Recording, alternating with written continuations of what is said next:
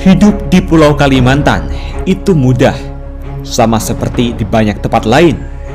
Intinya, asal kita berkelakuan baik, maka segalanya akan berjalan sebagaimana mestinya.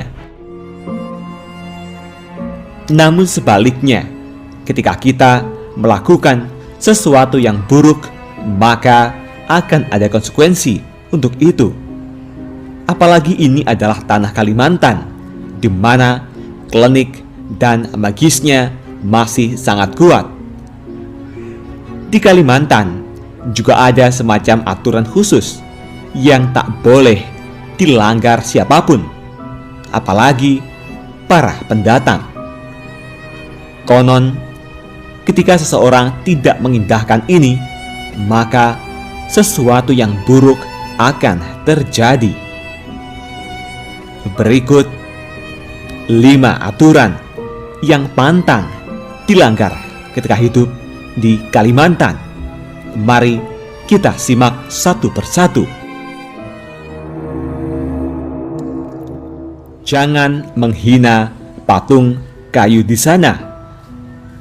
Jika kita perhatikan, di Kalimantan banyak rumah-rumah adat yang di depannya terdapat patung-patung kayu.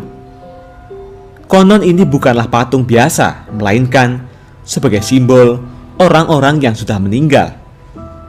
Aturan yang ada tentang patung kayu ini adalah jangan pernah menghina bentuknya, sekalipun dalam hati. Ada banyak kejadian orang-orang yang menghina patung-patung ini dan kemudian diganggu oleh makhluk-makhluk halus.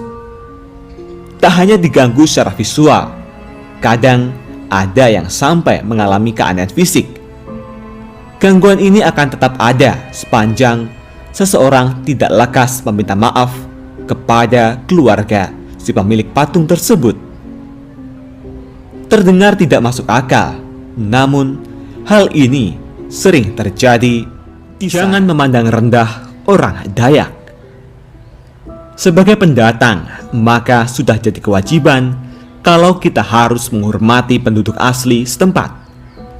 Kalimantan adalah tanahnya orang Dayak, maka kita harus menghormati mereka.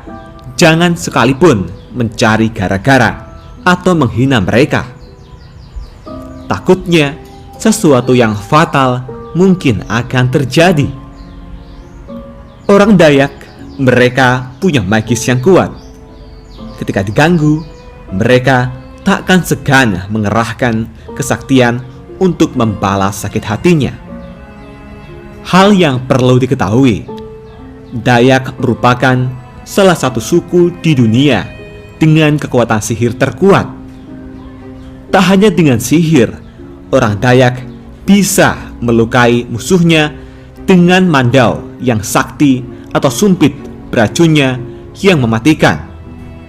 Jadi, jangan sampai hal ini terjadi kepada kita semua. Jangan pernah mempermainkan gadis Dayak. Siapa yang bisa menampik cantiknya gadis-gadis Dayak? Paras ayu nan alami itu pasti bisa menjerat siapapun untuk jatuh cinta, termasuk para pendatang. Ada satu hal yang perlu diperhatikan terkait dengan gadis-gadis Dayak. Ini adalah tentang larangan untuk tidak pernah mengganggu mereka atau mempermainkannya.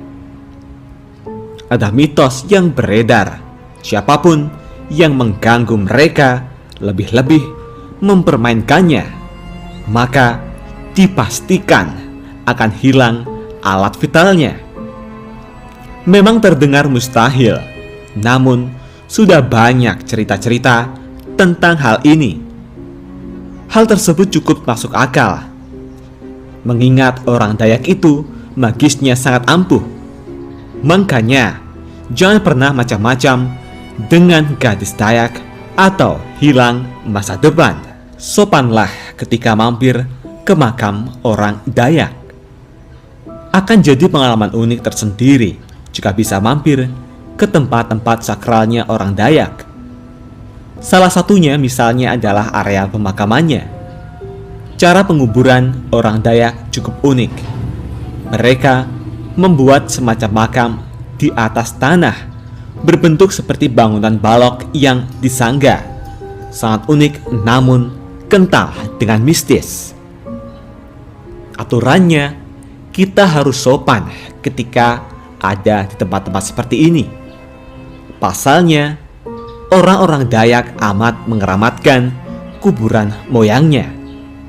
Jangan keceplosan mengeluarkan kata-kata tidak pantas atau mengumpat.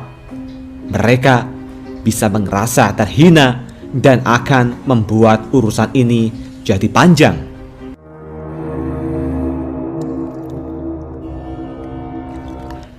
Jangan bermain-main dengan mandau. Mandau adalah senjata keramat orang-orang Dayak. Meskipun bentuknya seperti parang biasa, ia tidak bisa dipakai semaunya. Harus ada alasan khusus kenapa mandau sampai keluar dari sarungnya. Pasalnya, menurut orang-orang Dayak, mandau yang keluar dari sarungnya biasanya akan memakan korban.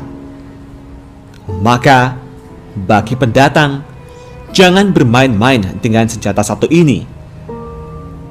Memang sangat artistik dengan ukiran-ukirannya.